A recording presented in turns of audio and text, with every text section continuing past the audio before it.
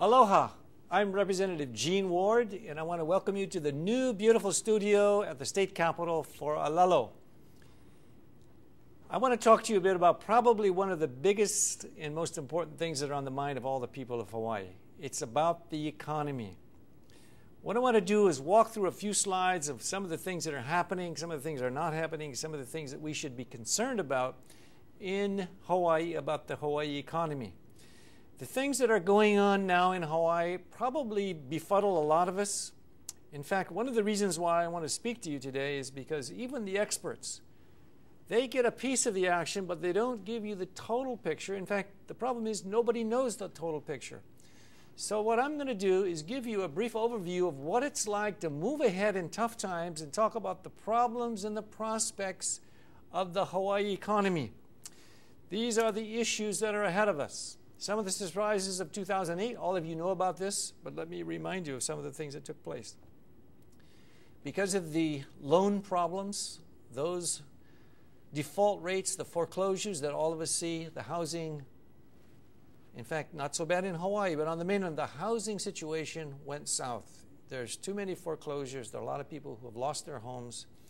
And at the same time that the housing and the subprime loans went bad, the stock market went bad, which you could say probably is very interconnected.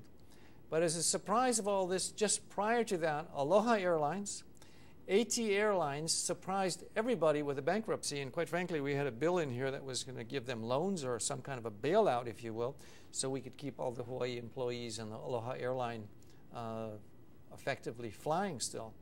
So that was like 600,000 seats that we lost. And quite frankly, 600,000 effective airline seats is too many to deal with.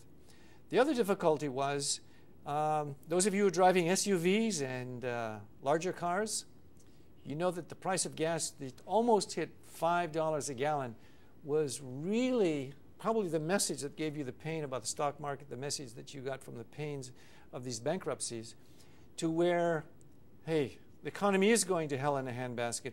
The economy is in danger of imploding. The economy is having a problem. So on top of this, 2/3 of the cruise industry went down, and we are left with what? Well, let's have a look at that. The realities of 2009.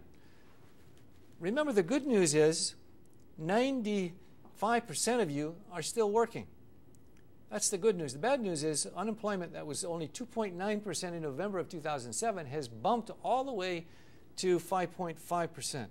Mind you, that's almost a 100% increase. It actually has doubled.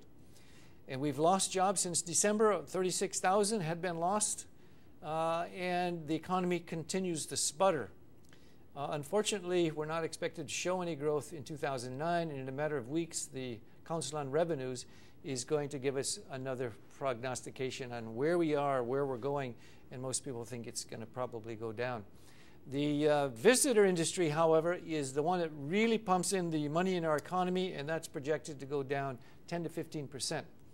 I was just seeing Senator Inouye out in the hallway, and he was saying that the hotels are down to 65% occupancy. He said that break-even is at 80%. So the amount of money that's being lost in the hotels, even though I don't think break-even may be quite that high, you can see from visitor arrivals in all the projections that we are going to be low on our visitors, we're going to be low on jobs, and income is going to plummet. I think all of you already know that. You feel it. These are just some of the numbers to remind you of it. But how that affects your state budget, remember, the biggest GET prize winner, if you will, is visitor industries. And when the visitor industry goes down, that 4% GT tax, the 7% TAT tax, transient accommodation tax, go down. And with that, we are left with lower revenues. In fact, there's a deficit that's being projected between $1.4 and $1.8 billion that we legislators have to make up.